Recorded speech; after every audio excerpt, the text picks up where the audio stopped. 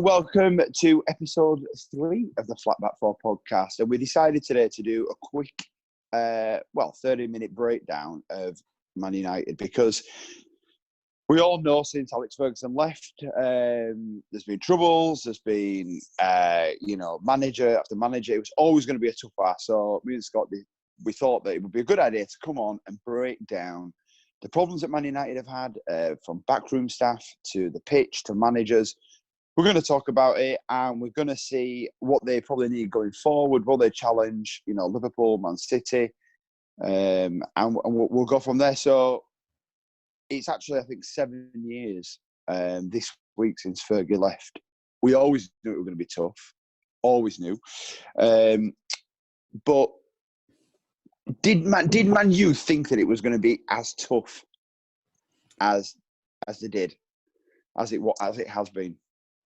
I think they thought it was going to be tough. I mean, for any manager to go through 20 years, what was it, 22 years in total, managerial. I think when they went for David Moyes, I think they tried to go for somebody longer term. I think they tried to replicate what Alex Ferguson did. And they instead of just going and getting a winner. Yeah, instead of getting somebody who would go straight in there and be a winner. I think they saw that David Moyes would be that sort of Ferguson mould. That's he's Scottish. But he'd done well with Everton. He'd done really well, hadn't he? Yeah, he'd done really well with Everton. I just don't think he was of the Manchester United mould. A serial winner. And I don't think anybody, with a winning mentality. If you'd have brought somebody in with that sort of Guardiola sort of winning mentality, I think that transition would have been a lot easier. But I think for a player of, say, like a Rio Ferdinand or like a Wayne Rooney, to see a David Moyes come in, I think that would have been a bit of a... Probably didn't excite them as much, did it? All right, then, on the spot then, when Ferguson, we knew it was going to be his last season, who would you have thought, around that time, who do you think would have been a good fit? At that time, I think that Man United, as they were, they won the Premier League, didn't they, in Fergie's last year? I think they should have just gone all out and got, whoever was a winner at that time. I mean, Guardiola was still at Man United. I think Mourinho were at Inter at that stage. Yeah. I think he was there. Maybe if they'd have gone and got him straight away. I think even at that point, Mourinho would have been. Well, there was rumours that he were always linked with it and whatnot. But I'd tell you what I want to do about that team that won that league without Van Persie and Rooney. It really was a shocking team. It was quite an average team, wasn't it? It was quite an average team. And they won the Premier League by about 10 points. Yeah. I think Van Persie won the league, really, didn't they? Yeah, he did. He had a season that, the thing about Alex Ferguson, and, it's very hard because both me and you, we're both Leeds fans, it's very hard. But when you look at what Ferguson did and what Wenger did back in the day, but what Fergie always did, if they were good and they were in the Premier League and they were scoring, they went and got them. They went and got some, like, what's missing? 30 goals. Right, let's go get Van Persie. Arsenal to Man United. It was huge. Yeah. And Van Persie obviously knew what stick he was going to come in for moving there. But it was kind of like what we had the debate the other day. Van Persie wanted to win a Premier League. Yeah. And this is what I was saying about Gerrard. Not saying it was like, I've had some backlash saying that, he wasn't overrated as a footballer. I think Gerrard was a world-class footballer. But I'm on about that mentality as well. Van Persie was like, I want to go win a league. I'm 29. Yeah. He was 28, 29 when he moved to Man United. And it was kind of like the big last contract. So kind of fair play to Van Persie and also Fergie. It was a great buy. It was a no-brainer. Yeah, it was, wasn't it? I think they'd gone through a couple of seasons, hadn't they, before that, where they didn't really have a goal scorer. And they were struggling for goals. And obviously Van Persie had been top goal scorer for maybe 2 or 3 years before that. But Man United always were that club who would just go and hand-pick players from whoever, see which player they needed and just sort of say, right, I want Van Persie. Who cares if he plays for an Arsenal who were, second and third? And that's what I think that's what Arsene Wenger lost in his later years. Instead of going and maybe just bulking his team with 2 or 3 good players, you go and sign 5 players that we weren't sure of that were for the future. Yeah. And maybe that was the reason, Van Persie was walking into a winning dressing room. Okay, he had like Raphael and Fabio, and it probably wasn't the most, amazing team around him. But when you look to a manager and he's put the faith in you saying, go get us 30 goals. Yeah, but they had the players around them though, didn't they? They had a Rio Ferdinand at that time who'd been there, done it. Yeah. Patrice Evra, who had been there, done it. And it's, with Man United, they had a decent spine, didn't they? They had a decent spine. They were, I mean, at that point, they were probably in maybe a 5-10 year transitional period, going from your Ferdinand, Keane, Van Nistelrooy, that sort of spine. They were moving away from that, but that was still there towards the back end of Fergie. So I think he could probably get the best out of the players that were coming in, even if they were an average player. He could turn them into winners. And I think the difference between Wenger and a Ferguson was Wenger towards his later years didn't really. I mean, he went out and bought maybe 3, 4, 5 players who you didn't really know. Whereas Fergie would go buy 2 or 3 top players, and then maybe one who you didn't really know, say like a Hernandez, and then those other players would bring a Hernandez on. And let's be honest. I mean, Ferguson didn't make.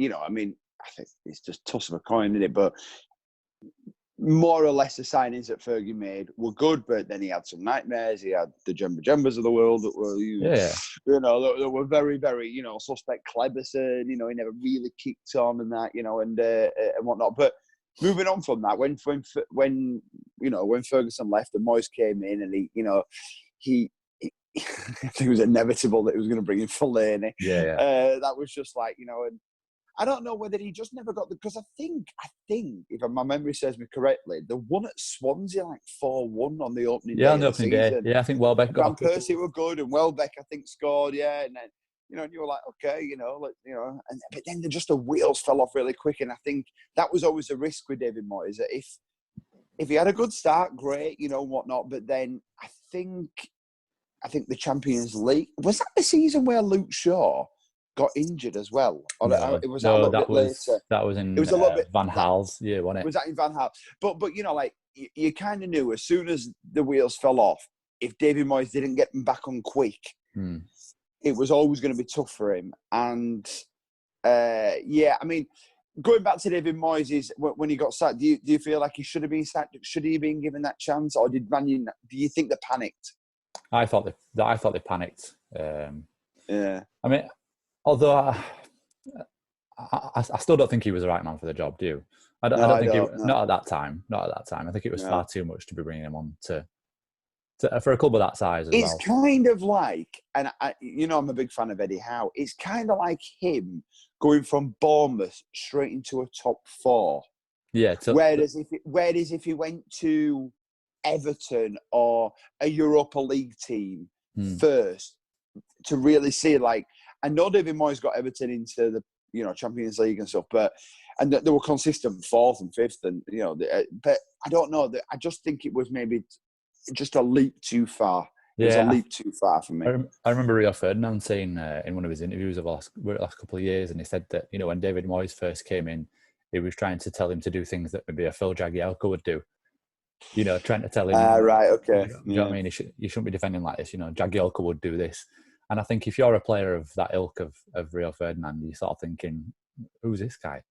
Yeah, and by that time as well, Ferdinand were probably, 29 and like season pro, thinking... Yeah, I don't need any advice from you. I've just won 5 Premier Leagues and a Champions League. Just let me play my game. Like, give me tactics, but, don't tell me to play like another player, because that's like saying to Glenn Murray, you just play like Lionel Messi. Yeah. It's like, can you just get the ball and take it round 8 players and...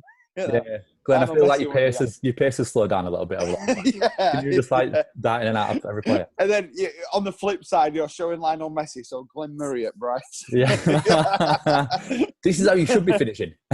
Yeah, no, it's true, and so I mean that's it. Who did they bring in this? It was Fellaini. They brought in Juan Mata, didn't he? They brought in Juan Mata. Yeah, Juan Mata. I mean, that was a great signing. Juan Mata was.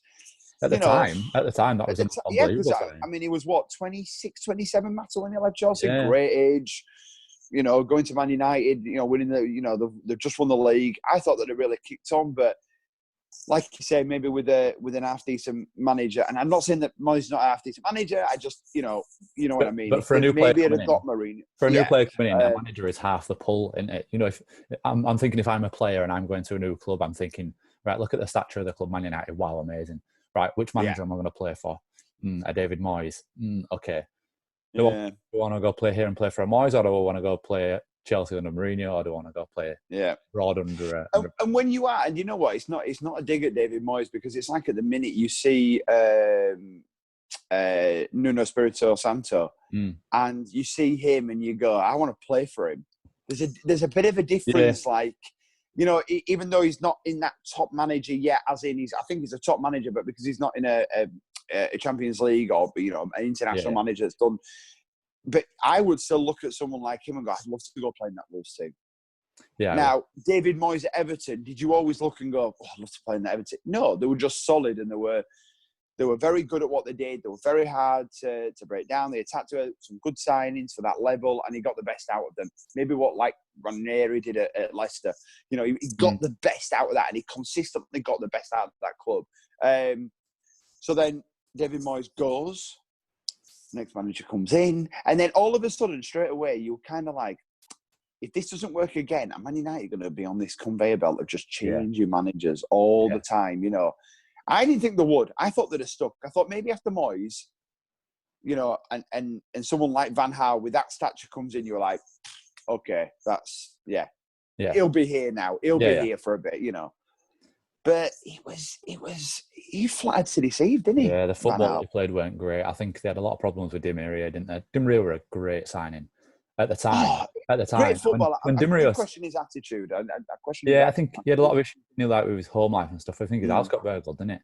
And as well, I don't think he probably spoke the best English, which is probably not always hard. Yeah, I think you know, as soon as you don't settle, that sort of replicates in your football, doesn't it?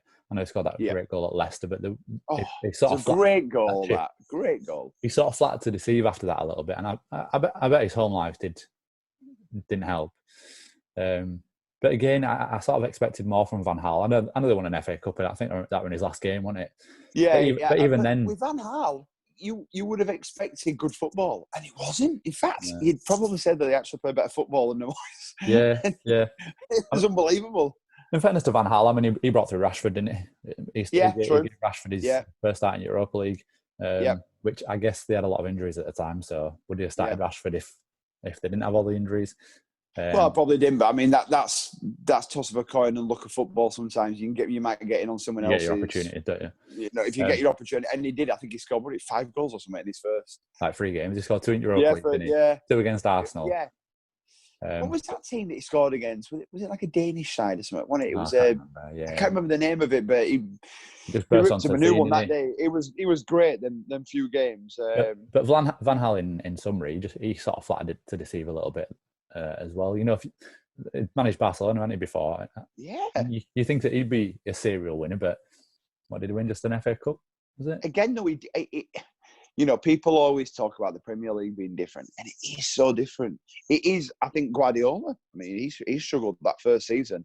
You know, everyone thought he'd come in, and he didn't. You know, and I think even he had to go back to the drawing board. So someone like Van Gaal, who, you know, great CV and known for playing good football, we always used to say, like, you know, you know, can you do it on a cold night, you know, Tuesday night? So because it is like that, you know, and when you go in and you've got Rory Delap and you've got Tony Hibbert and they're smashing you up and they couldn't care less about you. It's not like that in Europe. You don't really get Delaps, Tony Hibberts, Phil Jagielkas. They're not that kind of player abroad. Yeah. It's smash and grab. But we also do play good football and we play a fast pace in this country. I mean, I remember even when Leeds were in the Premier League and you watch some teams, I mean, that Arsenal team, sometimes at Ellen Road, you'd be watching them and you'd be going, how fast, it was so unbelievably quick that, you know, like you were there and it was like a tennis match, boom, boom. You know, and sometimes La Liga, Italian League, Serie A, Bundesliga's a bit like us, but I still think that that's not as good. And I think Van Gaal just struggled with the pace of it. I think he really didn't know what to do and he had no plan B. Yeah, he didn't. He probably that was probably the right club for him, but probably at the wrong time. A bit too late in his career, maybe. I think if it were early 2000s, he'd probably done a lot better. You question how hungry he was, I suppose, because I mean, he's probably his most famous incident was when he did the impression of Wenger. and the fall over, the side of the pitch. But he really did. He flattered to deceive Van Gaal because potential, like you said, I think maybe 15 years ago, maybe that hunger of managing Man United, and this is where sometimes I'm kind of. I don't think we'll ever have managers like Wenger and Ferguson that will do 20 years again. But actually, at the same time, I don't think that is good for your club. I don't think it's good. I think that you get a bit... Because then, if you are very successful, the burden on the next manager, whoever it is, would be tough. Yeah, I agree. So, I think 5-6 years, anything on... I think you won't see Klopp at Liverpool for... maybe another 3-4 years. I think it'll naturally, go out. I think he'll want a new challenge as well, don't you think? Yeah, of course you do. I don't think there will be that loyalty nowadays in football. I think people these days are very much sort of live for the moment. They don't look 20 years ahead, maybe like you would have done 30-40 years ago. I think people, yeah, exactly as well. People like a bit of change. They think life is too short. You don't want to stay at the same place for too long. It's the era as well. It's the era that we live in, like you say, as well. And especially in the early days, people wanted to come to the Premier League because that was where the money was. But now the money is quite scattered around. Okay, the Premier League is still the main pull, but La Liga, Serie A, Bundesliga. Yeah. I mean, Chinese league, I still think that you go there for the money, but it is a growing league, and French league and whatnot. But and then going on to Mourinho. Yeah, Mourinho. I mean, I've got to be honest. I was one of these people. I thought, oh, Mourinho. We're both Mourinho fans. We both like the way he plays. We'll text each other and we'll say, wow, that were absolute classic Mourinho. That we've done it a couple of times. This season even for Spurs. When he come in, I think that presence of him walking in there, I think probably since Ferguson left, I think that level of respect, even though Van Gaal and Moyes had done it now, I think when Mourinho walks into a dressing room, the players will have gone, it's Mourinho. Yeah. I think Mourinho, when he came in, I was expecting more, and he didn't. Mourinho's not a massive changer, though, is he? At first, no. He's kind of. I don't know. Sometimes I find the words just struggle. I find. How can I say it with Mourinho? He's very stubborn. We know that. We know that he'll play a certain way. And we know that Man United were wanting, I think the argument was that they weren't playing the football and they weren't seeing that kind of thing.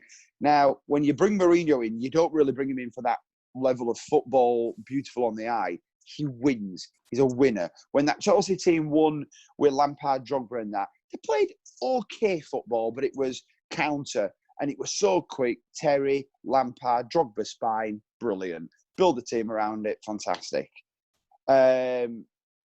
But with Man United, it was just, again, substitutions were weird with me when he first came in and the way he were playing. I don't know. Mourinho struggled, I thought. I think actually his time with Man United, and just in my opinion, can only be counted as a success because he won.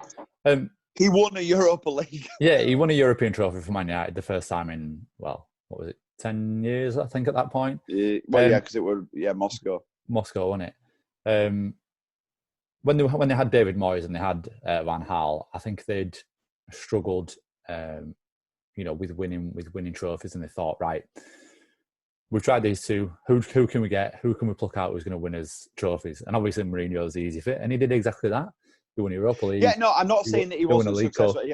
Yeah, League Cup. He won a Europa League, and he finished second. And he said, didn't he, that was his greatest ever achievement. And actually, looking back at it, yeah. When you do look back at it, you do think, you know what, he maybe had a point there. But I think what Mourinho did throughout his time there, he felt like he didn't get the transfers that he wanted, did he? I think he'd put in bids for, or he wanted to put in bids for loads of other players, but didn't get the players that he wanted. And this is where I just think he went a little bit wrong in like the interviews when the press conferences were on. You know he was having a dig. You could just, and that's right. He's a manager and he's not in charge of getting the players. He could only go as a manager. I want this, that, and that. what can you get me? You know what I mean? It's like a shopping list. That's what football managers always say. And he didn't seem to get any, did he? I don't think he got... He didn't really get the player he wanted, did he? I know he got Pogba. He got Pogba, didn't he? Then he got Lukaku. I mean, he spent big on two big players for Man United. And Lukaku did score. I mean, you forget that he was only 26 and he were already part of the 100 club. He'd scored 100 Premier League goals. And he brought in Ibrahimovic, didn't he, as well? Mourinho. Yeah. And that was obviously a success. Yeah, Zlatan was... I mean, that is the ilk of player. I mean, it was a shame, really, that he went there as old as he did, because I would have loved to have seen Zlatan at Man United for 4 to 5 years, I think. Even at 30, 31, you'd have loved to have seen him there, wouldn't you? Not 35, 36. Well, you could argue that Zlatan, I mean, he scored everywhere he's gone, but from 28, he's 29 years old. Yeah. And that just proves, the maturity of buying a player like Zlatan. And, I mean, he were unplayable at sometimes. I mean, some of them games you just were like, what a beast of a player. But all right, then. So going back to Mourinho and the signings, let's talk about the Glazers, because they were so... When they first came in, it was like... you never not heard of them. It was every paper that you picked up, it was Glazers. I hear nothing. Yeah. They've just literally vanished off the scene when it comes to Man United and being in that spotlight, which I suppose... is good for your club as long as we say that's good, isn't it? We say that. I'd rather not hear from my owners, and the money's there. We buy players. All right, you're not going to get everyone you go for. I get that, and whatnot. But yeah, where are they? I think they had a lot of criticism, didn't they, in the really early days? Yeah, and I think that's why they formed that FC United of Manchester, didn't they? Well, yeah. I think maybe they've just sort of tailed off maybe a little bit just to sort of keep. But the money aspect, you can't deny that they've not spent. There's been money there. Yeah, they have money been there. We know Man United turn over a massive commercial aspect. I think they've only just lost their number one slot at the minute. Which is quite crazy, really, when you think that they've not set the world alight over the last few years. So to still keep that number one brand is very, very hard. Yeah. Very hard. I don't know whether Pogba was brought back for marketing or for his footballing ability. He was very good at Serie A, but at Juventus. But I'm not a fan. I know. I think we'll come on to Pogba in a minute when we run through the team. But the signing at the time was unbelievable, wasn't it? He was. Yeah. Some of the goals he scored for Juventus, he was one of their best players. Champions League every year, playing for a winning team. No brainer. What was it, 80, 90 million or whatever? Again, that's something we were speaking about the other day in our podcast, wasn't it? Why don't English clubs ever put a buyback clause in? For Man United to get rid of Pogba and then bring him back for 80 million, ridiculous. Well, and this is why I think Ferguson thought he was a bad egg, and he was just like, he should never return to his club. Said the same about Ravel Morrison, didn't he? And he was proved right. His career. He proved right. But he did say the same about Pogba, didn't he? He said that his agent played a big part, and that's been proved right. And he said that he didn't like his attitude. And, we don't know what goes on with the ins and outs of the club, but that seems to have been proved right. I mean, he's played 8 times this season, I read. 8 times. I think I've seen him play more in that basketball park in America, wherever he's been. Yeah. But I think with Pogba, that he's got the talent and stuff, but I just don't know whether I don't know. He undoubtedly has talent, but I just don't even think Man United need him as a player. I genuinely don't. Like I said, we're going to get on to that in a minute when we run through the players. But so with Mourinho, we do say it was a success. It was a success for him because he won and he. It ended on a bit of a whimper though, didn't it? Because he didn't get the players he wanted, and I think he vented his frustration out in the interviews, and it was only going one way with Mourinho. So they just needed a change. And obviously, I mean, Ed Woodward obviously comes in for a lot of stick as well. The way he runs a club, and I can probably guess the egos maybe didn't see eye to eye. Mourinho is not. He's not one for bringing lots of young talent as well. So the money he needs, he needs to buy. He's not. he's not going to breed a lot of youngsters through. So he didn't get the players. It ended sour. Off he went. Next one again, conveyor belt again. So with Mourinho gone, it was who's next? Solskjaer. So, I mean, listen, Solskjaer, it's hard because with Cardiff, then he was over in his native. He comes back. You thought, okay, he's probably just going to, legend walking into a club, bit of respect. He might man the reins for a bit. And then all of a sudden, they find themselves going on this unbelievable run. Yeah. Beating PSG, coming back. I think they won, 9-10 games or something. They won like 5-1 in his first game, didn't he? Rio Ferdinand saying, sign it. Yeah, give him whatever he wants. Blank check. And and the thing was, we all said it. I think everyone who watches football, who has half a footballing brain cell, was like, don't give him a contract until the end of the season. Yeah, review it at the end. Just review it. Yeah, don't panic. And then, don't panic because that's what you did with David Moyes. And then the contract went, and then vroom. Yeah. And you knew it was going to happen. You just absolutely knew it was going to happen. And then it's kind of been up and down since that. But in all his defence, he has actually. He's got the best out of that squad, hasn't he? And he's run it out, and you can argue, well, he had a £90 million pound player in Pogba. Just never really played in the ground. He played. Last season he was okay, and he was influential in the was it the 3-2 game with Man City. Yeah. And that was the Pogba you go, yeah, that's the player that you bought. But he's had to ride a lot of stuff, and is he going to lose his job? Are they looking for someone else? And actually, he's kind of come out the other side because they were on a good run prior, to coronavirus and whatnot. And he kind of weathered that storm, and he's come out and he bought Bruno Fernandes. Now, we don't know whether that was his buy. He was being spoke about in Europe, wasn't he, and whatnot. And apparently he fancied Man United, which is always a bonus. If a player wants to come to you, then that's great. He could have maybe not saved all his job, but what a player he's been since he came in. Yeah, he's been great, and he's just been a bit refreshing to that midfield, because that midfield has been lacking something for probably since Ollie's come. And there's been no doubting in the attacking threat for Man United, the front three.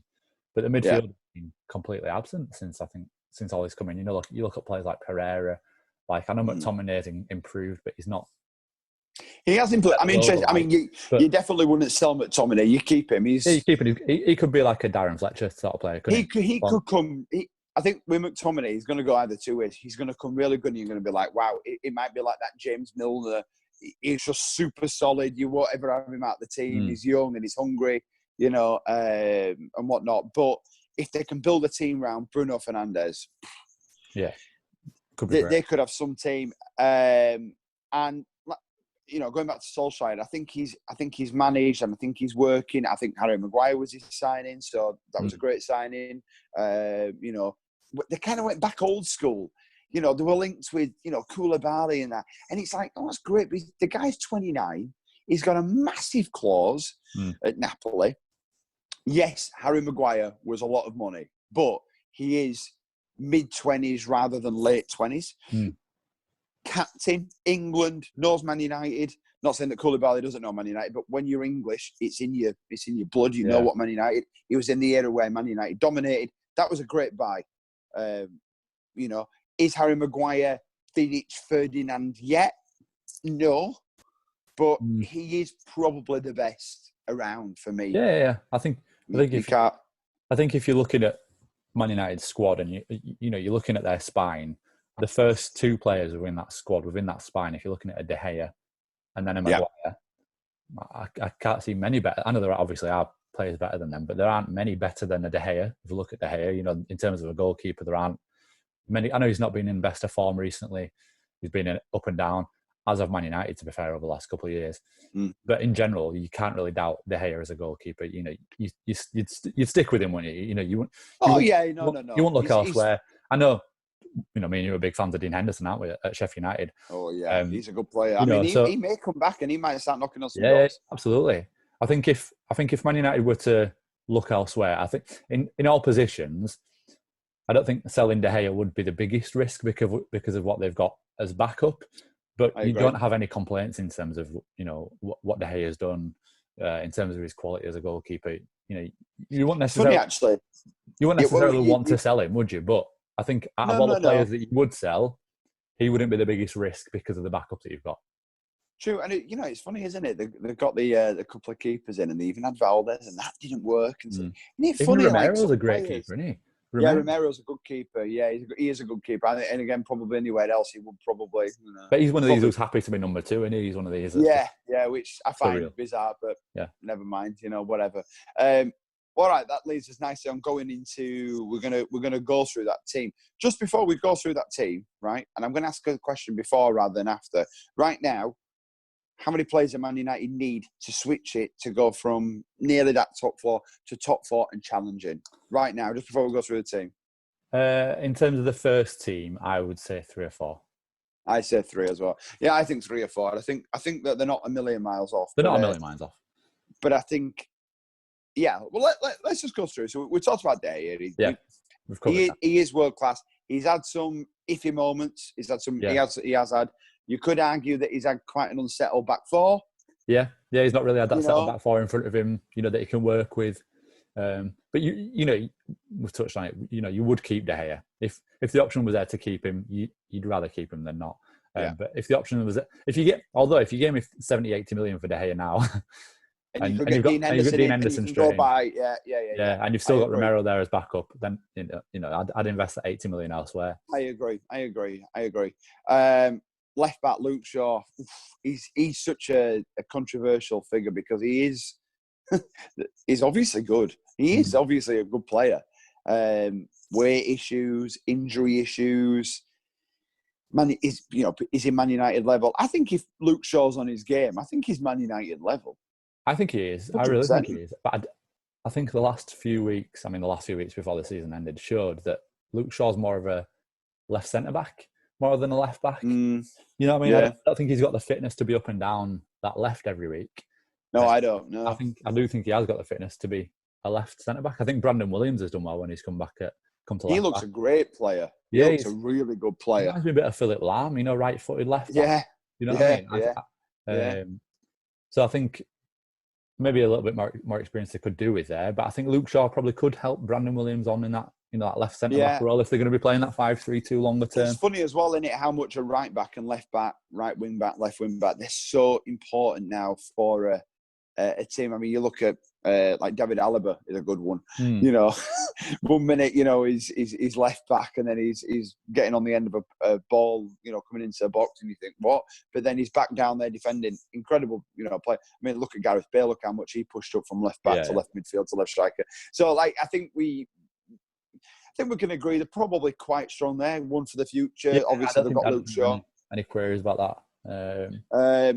We spoke about Harry Maguire. Yeah, I mean, it'd be who would partner Harry Maguire for me. I don't think there's any queries or any questions about Harry Maguire. It would be who would partner him, and I don't think there's many options when you look at Bailly. I've not been convinced with Bailly at all. Really, I think he's been up and down. I'm a fan of Bailly. I like Bailly. I think he has something that is built for the Premier League. He is built for the Premier League. I think he needs to show it sooner rather than later, though, mate. I do, but I also agree. He's another one. I think he's been injured a little bit, and then also he's been taken out of the team and put back in. Yeah. You need centre backs. You look at Championship winning sides. Maybe not modern era, but I still think when you look back, Terry and Carvalho, back in the day, Ferdinand and Vidic, they all had who knew the keeper and the two centre backs. Yeah. So important. Who would you play along in that Man United side? Then who would you play alongside Harry Maguire? It's the same with Lindelof for me. I'm unconvinced by Lindelof as well. I think, but I think if you were to choose one of the two, if we're playing a 5-3-2 and you put Brandon Williams left back, Luke Shaw left centre back, Harry Maguire main centre back, your right centre back, probably Bailly for a bit of pace because it lacks a little bit of pace with Maguire. I agree. With Maguire and Luke Shaw. Lindelof for me can be a little bit like Dejan Lovren. He has, you know, like sometimes, he does something, you go, wow, that's really good. And then he'll just do something and you think, you're a top centre-back. Yeah, what are you doing? You know, you play for Man United, you cannot do that. You know, that is something that you would expect at a lower level thing. And right wing back, Wan-Bissaka. I don't think there's any queries really about Wan-Bissaka. His defending. He is a very, very one-on-one defending, mate. I've never seen anything like it. He is good. Sensation. And actually, it goes back to what we said the other day about Trent Alexander-Arnold. If they were a mixture of them both together, if you were to mix Wan-Bissaka and Alexander-Arnold, you'd have a Cafu. Because he can't cross to save his life. Yeah. I've seen him a few times try and put a ball in, and it's not one great for the Fernand. But that's something you can improve going forward. I think defending. Of course it is, yeah. I think defending's an art. I don't think you can really improve defending. You're either a good defender or you're not. And going forward, I mean, what we were talking about for England, I mean, you could have a Wan-Bissaka and you could have Trent Alexander-Arnold in front of him. Yeah. You know, that and for me, I'd look at that and go, great, Wan-Bissaka. Actually, I think if you're playing a 5-3-2 and you've got an Alexander-Arnold at a right wing back, you could bring Wan-Bissaka in that right. Yeah. Like Kyle Walker did at World Cup, you know. Yeah. If Wan-Bissaka... and actually, because you're relying on someone's pace, and Kyle Walker's pace was frightening. And actually, I mean... So whenever Trippier got exposed at right back, Kyle Walker could... He stepped in because of the mentality. So, it's good. Obviously, going into midfield, let's start with McTominay, we've said. Yeah, we talked about McTominay. He is a first-team player for me. Longer term, I think he is. Longer term.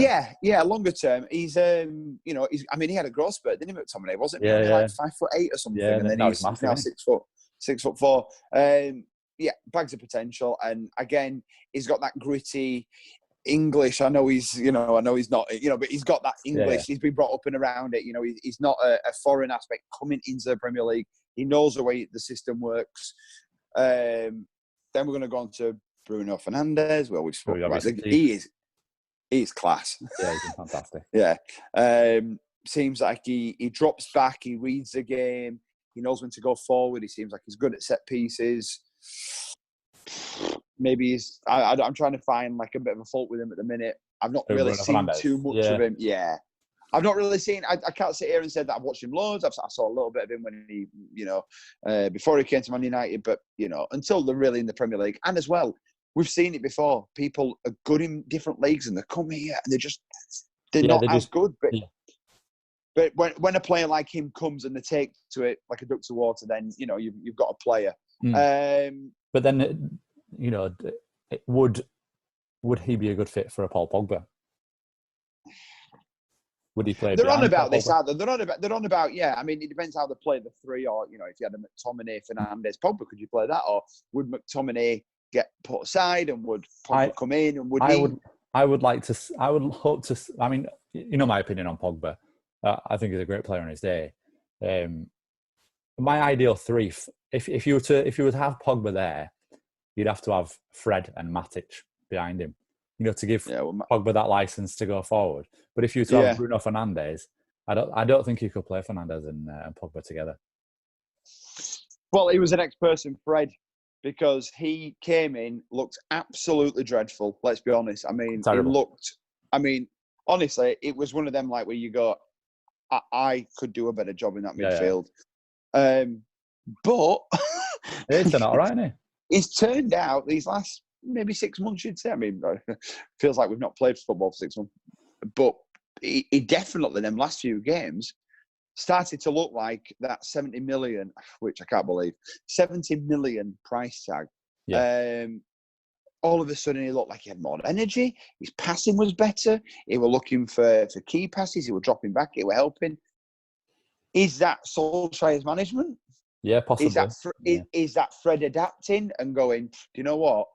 Because he looked like he didn't want to be there sometimes, and I don't know. But maybe he wasn't happy. Maybe it was because maybe he needed Bruno Fernandes. Maybe he did.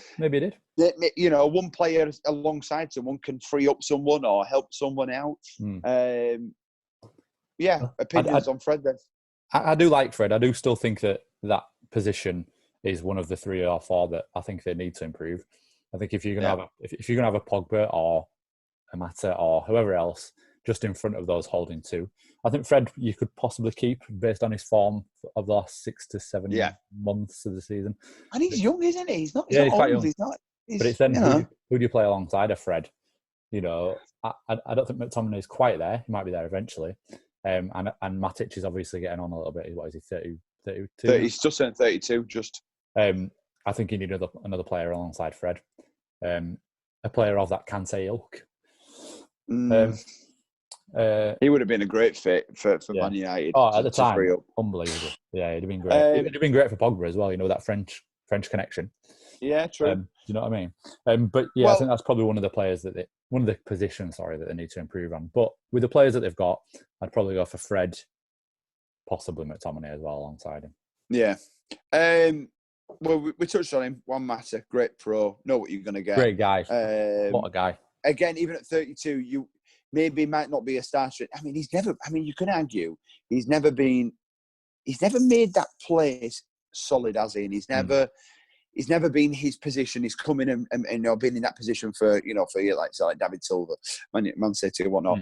But on his day, Juan Mata is a playmaker, free kick. He can do the lot. He can score. He can set up. Disciplined. Just a good player. Maybe might not be in the starting 11 come next season, but you definitely keep him. Yeah, if you can. Yeah, absolutely. You know? So I think we can kind of quickly go on Juan Mata because we know. Now, the big one for me, Martial. Flattered to deceive for you, wasn't he? On his day, can rip any defence apart. Yeah. You almost feel Martial wakes up and goes, I think I'm going to play good today. Yeah. And then he wakes up another day and goes, I can't be bothered. And you feel like that. And he looks like that sometimes. I've heard that he's had this great season. He's had a good season, okay? Has he had a great season? Yeah, no. No, I don't think he's had a great season. But he's getting to that age now. He's also been there a lot of years, in footballing years. Sell or go? Sell Martial. Or keep, sorry. I would probably persist with Martial. I'd probably persist with him. All right. I would have got rid of him. If Spurs had come in, which I think they were last year, I'd have got him. I'd have gone. So that brings you on to the other side, where we're thinking either a Greenwood or a Rashford, or Mason Greenwood. I think we've all seen that he's definitely got the potential. He definitely looks the part. He needs to play more. Solskjaer said he's the best finisher he's ever seen, which is huge. Yeah. I think we can tell he's got bags of potential. Will he push for a spot? Yeah, I think he will. I think he will push, and I think Juan Mata will help him. If you have a player that plays on that side, I think having someone like Martial says, look, you might want to play down the middle, but if you need to play here, these are what you should do. It's potential, man. Yeah. He's just so young. So young. I think the best three right at this minute, though, if I were going to go for a front three, I wouldn't probably have Martial. I'd probably go for a Greenwood, a Rashford, and then a Gallo at the minute. Igalo came in and Igalo came in and hit the ground running. He was excellent. I mean, what happens next year is a mystery at the minute. But Mason Greenwood, definitely, I think he's going to be a regular. Yeah. Leads us on to Rashford to wrap it up. We know what Rashford can do. That's with the position. Mbappe companies. Yeah, I know. I mean, he hasn't hit them heights, but definitely he has the potential to be world class. Yeah, Rashford. But that's the third position for me that I still think they need to strengthen. I think once Gallo goes at the end of the season, or whenever he does go, they'll need to strengthen and spend big on a striker. I agree, and I actually think that they will. But Rashford, obviously, when the season kicks off, I think he's going to probably recover from his injury, which is a boost. Just finally, which will give him a push. Just finally on the striker then, who's a striker that they should sign? Are you thinking Kane? Or do we think Kane's going to Man City? I like Icardi. I think Icardi's class. I think he's a class player. He comes with baggage. His wife is a bit of a pain, isn't she, and stuff. Yeah. But what a player. Like Roy Keane said, mate, just go and get Kane. But I mean, if you're talking Premier League, for me, Kane's a no-brainer. He fits Man United mould. English player. He'll just score a hatful of goals. You got Bruno Fernandes. If Pogba stays and actually plays, it could be frightening. Yeah. So, for me, it's Kane. If you're going outside, I really like Icardi just because of his age as well. But you think Kane? Kane, your man? If you get 80 million for De Gea, that leaves you 70 million to play with. And then add on for Kane. Yeah, 150 million for Kane. That brings you probably... That'll give Man United an extra 15, 20 points a season. I agree. And on that note, we've solved Man United's problems. So yeah, if you like the video, give it a like, comment, and share.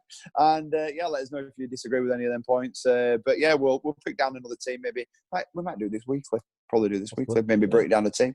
But thanks for joining me, Scott. And yeah, I'll see you very soon. Peace out. All right.